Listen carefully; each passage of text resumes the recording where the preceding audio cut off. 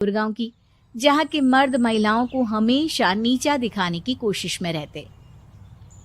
अरे अभी तक खाना नहीं आया, क्या मुझे एक और शादी करने की जरूरत है? नहीं जी नहीं, ऐसा मत करना, वरना मैं कहाँ जाऊंगी।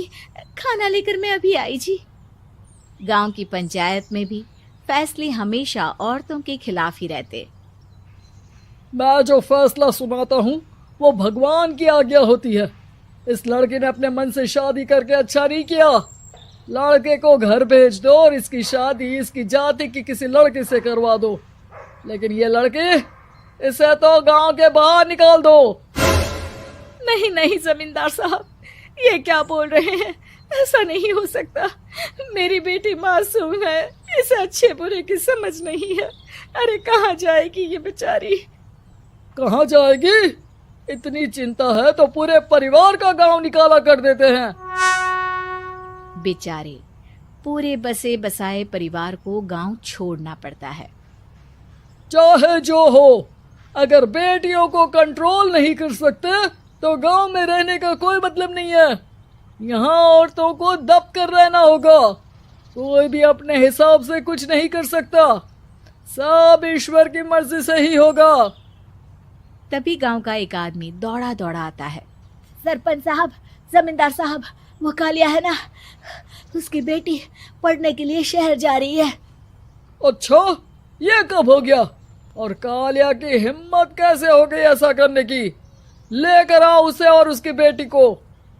बस फिर क्या था, हाजिर हो जाते हैं कालिया और उसकी बेटी सरपंच के सामने। और कालिया, ये क्या सुनने में आ रहा है? बेटी को इंजीनियर बना रहा है तू?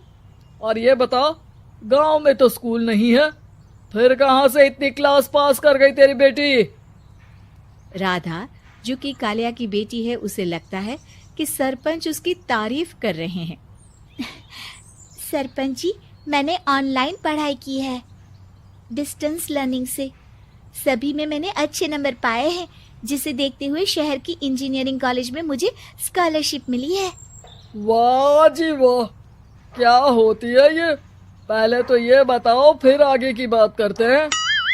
पूरा गांव राधा की बात सुन रहा था और राधा बोलती जा रही थी। तो ऐसे मैं फ्री में एक अच्छी शिक्षा लेकर गांव में जो कुछ परेशानियां हैं, जैसे बिजली, पानी और इंटरनेट जैसी समस्याओं के लिए काम करूंगी। मैं गांव को शहर से जोड़ने के लिए पुल का निर्माण करवाने का प्रस्ताव रखूंगी। मुझे पूरी उम्मीद है कि जल्द ही हमारा गांव भी तरक्की की राह पर चल पड़ेगा। राधा की बात सुनकर सारे गांव वाले ताली बजाने लगते हैं। सरपंच को समझ नहीं आता कि वो क्या करे। चुप रह नादान लड़की, गांव के खिलाफ जाने के लिए तुझे गांव से बेदखल कर दिया जाएगा, वो भी पूरे परिवार के साथ। और हाँ, अगर ठीक से गांव में रहना चाहती है तो ये पढ़ाई लिखाई छोड़ दे। हम तेरे लिए गांव का कोई होनहार लड़का देखेंगे। तभी गांव का एक आदमी बोल पड़ता है। अरे नहीं नहीं सरपंच जी, राधा बिटिया जो बता रही है, अगर वैसा हो जाए तो हम लोगों को पैसा कमाने के लिए बाहर नहीं जाना पड़ेगा। हाँ जी, और ना ही कोसों दूर पानी के लिए भटकना पड़ेगा। हमारे बच्चे भी अच्छी पढ़ाई कर सकेंगे और आगे बढ़ेंगे, ना कि हमारी तरह खेती करते बैठेंगे। क्यों गांव वालों, राधा बिटिया का साथ देना चाहिए ना।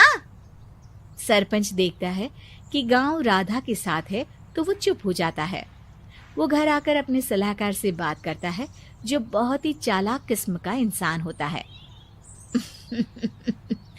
अरे सरपंच साहब, आपको बहुत ही होशियारी से काम लेना पड़ेगा। एक बार गांव तरक्की कर गया, यहाँ के बालक पढ़ लिए तो कोई ना पूछेगा आपको।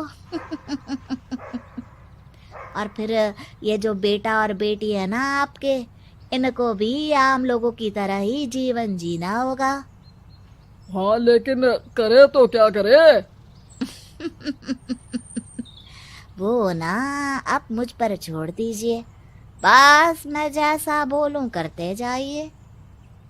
अगले रोज सुबह जब गांव वाले सोकर उठते हैं तो राधा के घर के बाहर और साथ ही वो लोग जिन्होंने राधा का सपोर्ट किया था, उनके घर के आगे लाल रंग से कल आऊंगी लिखा होता है। कल आऊंगी, यह क्या होता है? अरे यह तो खून से लिखा है, लगता है कोई भूत प्रेत या चुड़ैल का साया है। चलो सरपंच जी के पास चलते हैं। सभी सरपंच के पास जाकर उसे सारी बात बताते हैं। अरे ये तो बड़ी मुश्किल की बात है। चलो मैं एक बाबा को जानता हूँ, उन्हें बुला लेता हूँ। सरपंच बाबा को लेकर गांव के घर के बाहर जाता है। ओहो, तो ये वो चुड़ैल है जो उन लोगों को निशाना बनाते हैं जो गांव को बदलने का सपना देखते हैं।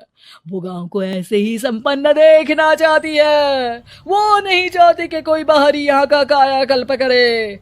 क्या तुम लोगों में से किसी ने गांव को बदलने की सोच रखी है? तभी राधा की माँ रोते रोते आती है। मेरी राधा घर से गायब हो गई है। अरे कोई तो बचाओ, मेरी बच्ची कहाँ गई?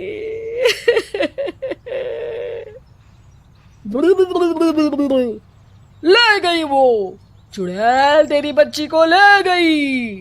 अब वो उसे श्रापित करके छोड़ेगी, उस पर चुड़ैल का साया हो जाएगा। तभी बुरी सी हालत में राधा भी वहां आ जाती है। उसके बाल चुड़ैल की तरह फैले होते हैं और कपड़ों में खून लगा होता है। सभी राधा को देखकर डर जाते हैं। माँ, पता नहीं मुझे कौन उठा कर ले गया था।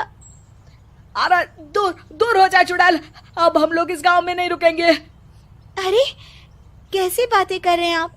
कल तो आप मेरे भरोसे गांव का हुलिया बदलने, अपने बच्चों को पढ़ाने और तरक्की उन्नति की बात कर रहे थे, तो आज क्या हो गया आपको? ये फिर तुम लोगों को बहकाएगी। ये चुड़ैल गांव में आ चुकी है, ऐसे ही ये तुम्हारे घर के बच्चों को भी ले जाएगी।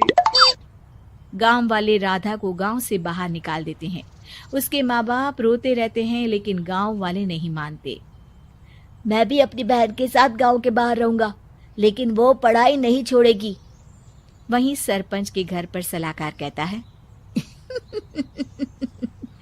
देखा, सांप भी मर गया और लाठी भी नहीं टूटी। लेकिन अगले ही दिन सरपंच के घर के बाहर भी वही शब्द लिखे होते हैं। और फिर सरपंच की बीवी कहती है, हमारी बेटी को किसी ने अगवा कर लिया है। तभी राधा का भाई वहां आ जाता है। अरे गांव वालों, मैंने सरपंच जी की बेटी को देखा था। वो चुड़ैल उसे उठाकर ले जा रही थी। अरे क्या मजाक कर रहे हो? नहीं नहीं सरपंच जी, आप नहीं जानते। वो चुड़ैल अब आपकी बेटी में आ जाएगी, जैसे राधा के अंदर आ गई थी। तभी सरपंच की बेटी वैसी ही हालत में वहां आती है जैसे राधा आई थी। पापा, पता नहीं कैसे मैं गायब हो गई थी। चुड़ैल, इसके अंदर भी चुड़ैल का साया है, मारो इसे। अरे नहीं नहीं, इसे भी राधा के पास गांव के बाहर ही भेज दो। अरे चुप रहो, मेरी बेटी कहीं नहीं जाएगी और चुड़ैल वुड़ैल कुछ नहीं होता है। अरे कैसे बात कर रहे हो सरपंच जी? आप तो बोल रहे थे कि आपका फैसला भगवान का ज्ञान होता है, तो अपने पर बात आई तो अब आप ऐसे बोल रहे हैं। अरे ना ना ना, आपको अपनी बेटी को त्यागना ही होगा। अरे बुलाओ बाबा को। राधा का भाई बाबा को ले आता है, जिसे अब गांव वालों के डर के कारण सच बोलना पड़ता है। मैं कोई बाबा नहीं हूँ, मैं तो मोची था। ये सलाहकार महोदय ने मुझे कहा था एक्टिंग करने को। अब वो मुझे पैसे देने वाले हैं। अब मुझे माफ कर दो। गलती हो गई, मुझे माफ कर दो। तभी वहां राधा आ जाती है। देखा सरपंच जी, जब गांव के बच्चे साक्षर होंगे तो आप जैसे लोगों की चालाकी नहीं चलेगी।